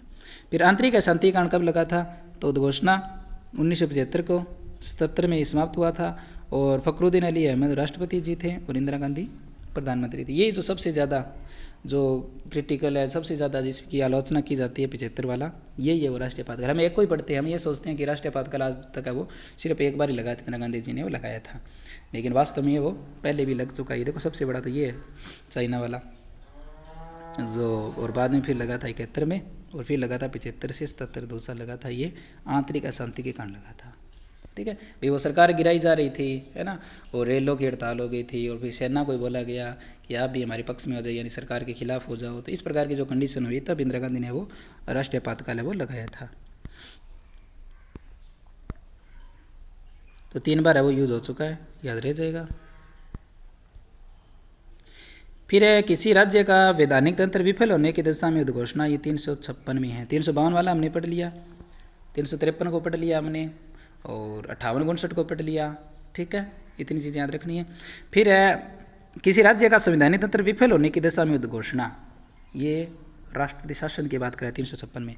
इसे आमतौर पर राष्ट्रीय शासन के नाम से जाना। देखो संविधान में ये नहीं लिखा गया राष्ट्रीय शासन, संविधान में ये लिखा गया किसी राज्य का संवैधानिक तंत्र विफल होने की दशा में उद्घोषणा, यानी उद्घोषणा की जाती है 356 के तहत, ठीक है, संवैधानिक तंत्र विफल होने की दशा में। तो इसे आमतौर पर राष्ट्रीय शासन के नाम से जाना जाता है, हालांकि संविधान में इस शब्दावली का प्रयोग है वो नहीं किया गया। तो उद्घोषणा देख लें। तो उद्घोषणा यदि किसी राज्यपाल के प्रतिवेदन अथवा किसी अन्य माध्यम से राष्ट्रपति को यह समाधान हो कि किसी राज्य का संवैधानिक तंत्र है वो विफल हो चुका है, अर्थात वहाँ का शासन संविधान के अनुसार नहीं चलाया जा सकता है या नहीं चलाया जा रहा है, तो संविधान के अनुसार शासन चलाया जाना संभव नहीं है, तो वह अनुच्छेद 356 के तहत उस राज्य में राष्ट्रीय शासन की उद्घोषणा वो कर सकता है। तो इस प्रकार की कंडीशन, संविधान का उल्लंघन कर रहा हो कोई राज्य, इस प्रकार के कानून बना रहा हो अपने राज्य में कि संविधान का उल्लंघन होता है, या फिर अराजकता फैली हुई है, बहुत सारे वहाँ पर क्राइम्स हो रहे हैं, तो राष्ट्रपति या तो राज्यपाल अनुमोदन करेगा राष्ट्रपति को, भैया यह कंडीशन सही नहीं है, आप संभालो इस राज्य को, यहाँ की सरकार को भंग करो, और या फिर डायरेक्ट है वो राष्ट्रपति फैसला ले सकता है, ठीक है। इसके अलावा ऐसी उद्घोषणा आशंका के आधार पर नहीं की जा सकती। मैंने आपको बताया ना, राष्ट्रीय आपातकाल 352 वाला आशंका के आधार पर, लेकिन 356 वाला आशंका के आधार पर है वो नहीं है, बल्कि वास्तव में ऐसी स्थितियां हो जाने पर स्थिति में वास्तविक तथ्यों के आधार पर है वो की जा सकती है। वास्तविक तथ्य इकट्ठे किए जाते हैं कि क्या वास्तव में ऐसी कंडीशन है, और ऐसी कंडीशन है तभी ये फैसला लिया जा सकता है। इस उद्घोषणा की तथ्यों के आधार पर न्यायिक समीक्षा की जा सकती है। देखो 352 की भी न्यायिक समीक्षा की जा सकती है और इसकी भी की जा सकती है। 365 के आधार पर भी इसका प्रयोग है वो किया जा सकता है। देखो 356 और 6 को इधर कर दें, 305 को इधर कर दें, 65, दोनों के आधार पर वो राष्ट्रीय शासन लगाया जा सकता है, ठीक है। तो राष्ट्रीय शासन दोनों में याद रखना है। वो राष्ट्रीय आपातकाल था 352 में और 356 में, 300 और 365 में राष्ट्रपति शासन की बात करती है। तो 365 में यदि किसी कोई राज्य केंद्र के निर्देशों के अनुपालन न करे तो वह माना जाएगा कि उस राज्य का संवैधानिक तंत्र विफल हो चुका है, 365 में। तो 356 में तो वहाँ की सरकार है वो राज्य को चलाने में या सरकार को चलाने में विफल हो जाए या फिर अराजकता फैल जाए, तब राज्यपाल अनुमोदन करेगा या राष्ट्रपति डायरेक्ट फैसला लेगा। और 365 में ये दिया गया है कि केंद्र के निर्देशों की पालना न करे कोई भी राज्य। अब केंद्र सरकार कोई योजना चलाती है, वो राज्य बोलेगा हम तो लागू नहीं करने देंगे। कोई राज्य कोई और केंद्र सरकार और कोई इस प्रकार की स्कीम चलाती है तो राज्य बोलेगा नहीं लागू होने देंगे। उस कंडीशन में है वो राष्ट्रीय शासन है वो लगाया जा सकता है उस राज्य में, ठीक है। यानी केंद्र आपने पता है अपना जो संघीय व्यवस्था तो है, लेकिन एकात्मकता की ओर झुका हुआ है, यानी केंद्र सरकार है वो ज़्यादा पावरफुल है। इतनी पावर नहीं है राज्य के पास कि वो अवहेलना करे केंद्र की। ऐसी उद्घोषणा 2 माह की अवधि तक परिवर्तन में रहती है। जैसे राष्ट्रीय आपातकाल 352 वाला हमने पढ़ा, 2 माह पहले था, फिर 1978 में इसको 1 माह कर दिया। ये 2 माह की अवधि तक वो परिवर्तन में रहता है राष्ट्रपति शासन। संसद द्वारा अनुमोदन, तो राष्ट्रपति की उद्घोषणा से 2 माह की अवधि में संसद के दोनों सदनों से साधारण बहुमत है। इसे देखो, वहाँ पर विशेष बहुमत था राष्ट्रीय आपातकाल, यहाँ पर साधारण बहुमत है। और उसको समाप्त करने के लिए राष्ट्रीय आपातकाल साधारण बहुमत था, 1/4 सदस्यों के अनुमोदन पर है, और यहाँ पर है वो साधारण बहुमत है। अनुमोदित किए जाने पर यह उद्घोषणा की तिथि से 6 माह की अवधि के लिए बढ़ जाती है। वो भी 6 माह के लिए थी और ये भी 6 माह के लिए बढ़ सकती है, ठीक है। और 6 माह की अवधि समाप्त होने से पूर्व विशेष संसद द्वारा पुनः अनुमोदन किए जाने पर यह अनुमोदन की तिथि से पुनः 6 माह के लिए बढ़ जाती है, ठीक है। संसद द्वारा प्रति 6 माह से अनुमोदन किए जाने पर अधिकतम 3 वर्ष, देखो वहाँ पर अनलिमिटेड थी, जो राष्ट्रीय आपातकाल था वो अनलिमिटेड था, अनलिमिटेड टाइम के लिए बढ़ा सकते हैं, अनिश्चित काल के लिए, लेकिन यहाँ पर अधिकतम 3 वर्ष तक है। लेकिन 1 वर्ष से अधिक समय तक इसे जारी रखने के लिए निम्नलिखित में से एक कारण का होना आवश्यक है, ठीक है। यहाँ पर विशेष कंडीशन है कि अगर आप 1 साल से अधिक कर रहे हो तो क्या कंडीशन होनी चाहिए। यदि उस समय देश अथवा देश के किसी हिस्से में राष्ट्रीय आपातकाल लगा हो, 352 लागू हो, तब कर सकते हो आप। यदि चुनाव आयोग प्रमाणित कर दे कि उस समय उस राज्य में चुनाव कराने संभव नहीं है, तब तो 2 कंडीशन होनी चाहिए, ठीक है। इन दोनों में से अगर एक कंडीशन है तब 1 साल से अधिक लगा सकते हो किसी राज्य में राष्ट्रीय शासन, वरना नहीं लगा सकते, ठीक है। और ये अधिकतम 3 वर्ष तक है वो लगाई जा सकती है।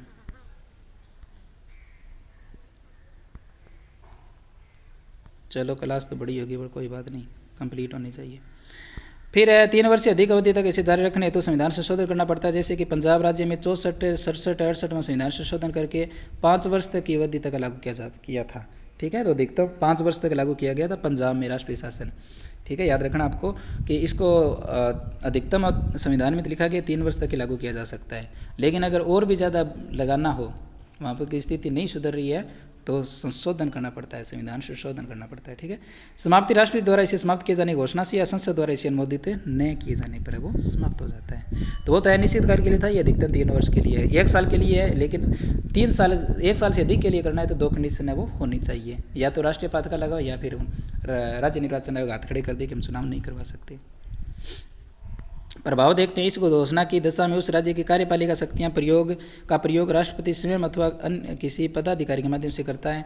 राज्य की कार्यपालिका को निलंबित या भंग किया जा सकता है, बिल्कुल मैंने आपको बताया, लेकिन राष्ट्रीय आपातकाल में भंग नहीं किया जा सकता, ठीक है। इसके अलावा इस स्थिति में राज्य की विधायी शक्ति का प्रयोग राष्ट्रपति संसद को शक्ति को दे देता है, मतलब उनसे राज्य से संबंधित जो फैसले वो केंद्र सरकार करेगी, सीधी सी बात है। बजट का समय होने की स्थिति में उस राज्य का बजट केंद्र सरकार द्वारा ही बनाया जाता है, ठीक है, इंपॉर्टेंट है। तो ये प्रभाव पड़ेंगे राज्य में।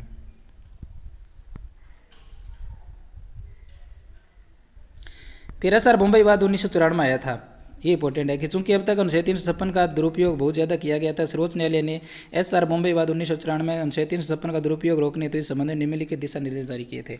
इंपॉर्टेंट है, बहुत इंपॉर्टेंट है। ऐसे पूछेगा डायरेक्ट है कि एसआर बॉम्बे विवाद 1994 में किससे संबंधित है, तो एसआर बॉम्बे विवाद है वो राष्ट्रपति शासन से संबंधित है।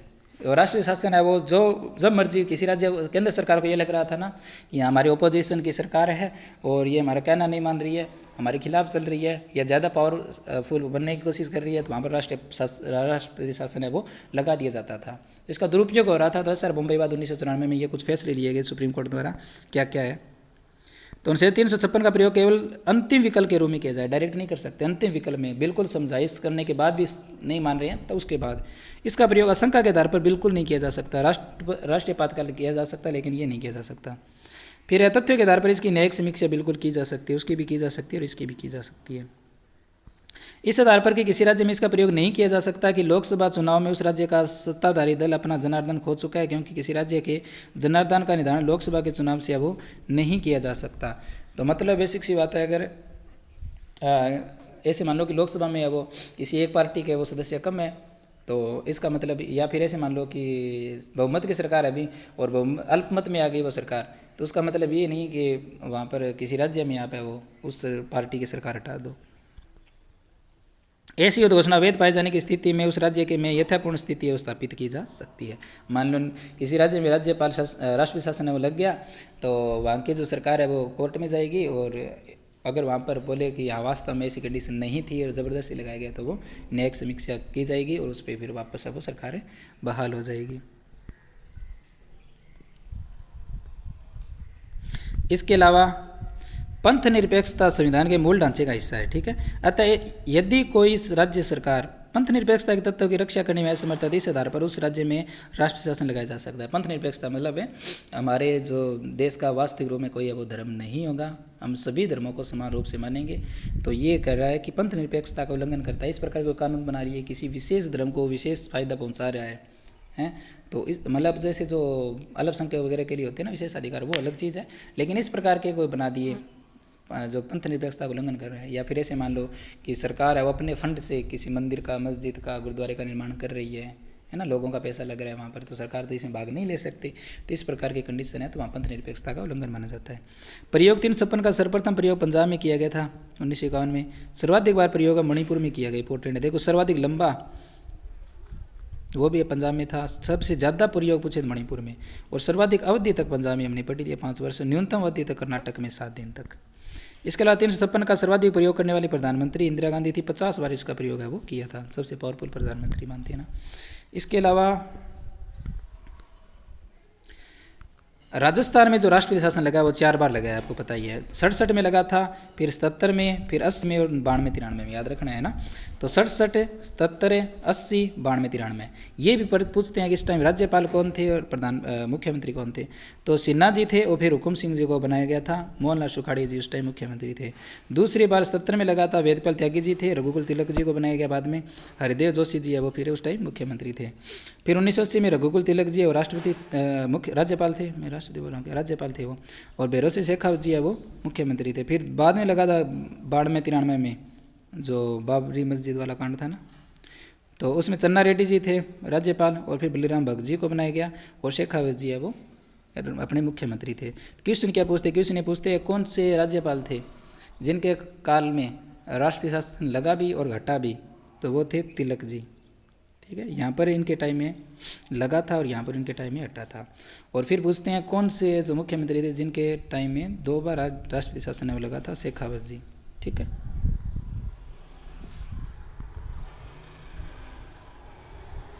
फिर वित्तीय आपातकाल 360 में इसका आज तक प्रयोग नहीं हुआ है, इसका अमेरिका संविधान से इसको लिया गया है। उद्घोषणा यदि राष्ट्रपति के समाधानों की देश की आर्थिक साख संकट में तो अनुच्छेद 360 के तहत वित्तीय आपातकाल की घोषणा वो कर सकता है। ये उद्घोषणा 2 माह की अवधि तक परिवर्तन में रहेगी, ठीक है। 2 राष्ट्रीय जो आपातकाल था वो 1 माह के लिए कर दिया गया, और बाकी ये दोनों है वो 2 माह के राष्ट्रीय शासन है वो, ठीक है। हालांकि राष्ट्रीय शासन को तो 1 साल के बाद है वो अधिकतम 3 साल तक लगाया जा सकता है, और उसको अनिश्चित काल के लिए। फिर संसद द्वारा अनुमोदित किए जाने पर, साधारण बहुमत द्वारा इसे अनुमोदित किए जाने पर यह आपातकाल तब तक परिवर्तन में रहता है जब तक राष्ट्रपति से समाप्त करने की घोषणा न कर दे, ठीक है। तो राष्ट्रपति इसकी घोषणा करता है समाप्त करने की। इसके अलावा संसद द्वारा एक बार अनुमोदित कर जाने पर आपातकाल को प्रति 6 माह संसद अनुमोदन करने की आवश्यकता नहीं। देखो तीनों में इंपॉर्टेंट चीज़ है। जो राष्ट्रीय आपातकाल था ना वो राष्ट्रपति के लगाने के बाद 1 माह तक रहता है, और फिर उसको अनुमोदित करता है संसद तो 6 माह तक है, फिर अनुमोदित करता है फिर 6 माह तक, ऐसे अनिश्चित काल तक है वो किया जा सकता है। फिर राष्ट्रपति शासन है, और जब राष्ट्रपति लगाता है 2 माह तक, और उसके बाद फिर अनुमोदित करता है तो 6 माह तक है, और फिर 1 साल से अधिक करना है तो अपने 2 कंडीशन होती है। उन 2 कंडीशन अगर लागू है, जैसे निर्वाचन आयोग चुनाव न करवाने की घोषणा करे हो या फिर राष्ट्रीय आपातकाल लगाओ, तब अधिकतम 3 साल तक वो लगाया जा सकता है वो, ठीक है। अगर इससे ज़्यादा लगाना है तो संविधान संशोधन करना पड़ता है। और ये जो वित्तीय आपातकाल है तो राष्ट्रपति के घोषणा के 2 माह तक लागू रहता है, फिर वो अनुमोदन कर देती है संसद, तो उसके बाद है उसको बार बार अनुमोदन करने की जरूरत है वो नहीं है। तीनों में ये विशेष अंतर है वो है, ठीक है। फिर समाप्ति की बात करें जो वित्तीय आपातकाल है वो, तो राष्ट्रपति द्वारा इसे समाप्त किए जाने की घोषणा से, ठीक है। यहाँ पर सरकार वो संसद है वो नहीं करती, उनको तो कर सकती है लेकिन यहाँ पर संसद नहीं करती। राष्ट्रपति द्वारा इसे समाप्त किए जाने की घोषणा से प्रभाव। वित्तीय आपातकाल की स्थिति में केंद्र सरकार राज्य सरकार को वित्तीय मामले में संबंधित दिशा निर्देश है वो दे सकती है, भैया ज़्यादा वो आप खर्चा मत करो। राज्य विधानमंडल द्वारा पारित धन विधेयक तथा वित्त विधेयक पर राष्ट्रपति की स्वीकृति है वो आवश्यक होती है, बिल्कुल। राज्य अगर कोई बजट पेश करता है तो उसमें या फिर धन विधेयक या वित्त विधेयक है उसमें राष्ट्रपति की अनुमति जरूरी हो जाती है इसमें, ठीक है। इसके अलावा राष्ट्रपति पदाधिकारी तथा कर्मचारी जिनमें न्यायाधीश भी शामिल है के वेतन में आवश्यक कटौती है वो कर सकता है। राष्ट्रपति के वेतन में कटौती नहीं की जा सकती, लेकिन जो कर्मचारी उनके वेतन में कटौती की जा सकती है। प्रयोग अब तक वित्तीय आपातकाल प्रयोग एक बार है वो नहीं किया गया है। तो क्लास थोड़ी लंबी है, लेकिन ज़्यादातर जो टॉपिक है वो सारा हमारा कंप्लीट हो गया है। इसके अलावा भी कुछ और आप समझना चाहते हो तो कमेंट्स में लिख देना। बाकी शेयर करो ज़्यादा से ज़्यादा। मैंने आपको सारी चीज़ें बताई है और आशा करता हूँ कि अच्छे से आपको समझ में आ गया होगा। धन्यवाद। अगर आपने सब्सक्राइब नहीं किया तो कर लो, मैं क्लासें डालता रहूँगा। जितने ज़्यादा व्यूज आएंगे ना उतनी ज़्यादा क्लासेज आएगी। और पिछले काफ़ी दिनों से वो कम आ रही हैं, तो आप ज़्यादा से ज़्यादा शेयर करो इसको। आप देखो आपको फ़ायदा हुआ ना तो अपने दोस्तों को भी बताओ। ठीक है, धन्यवाद।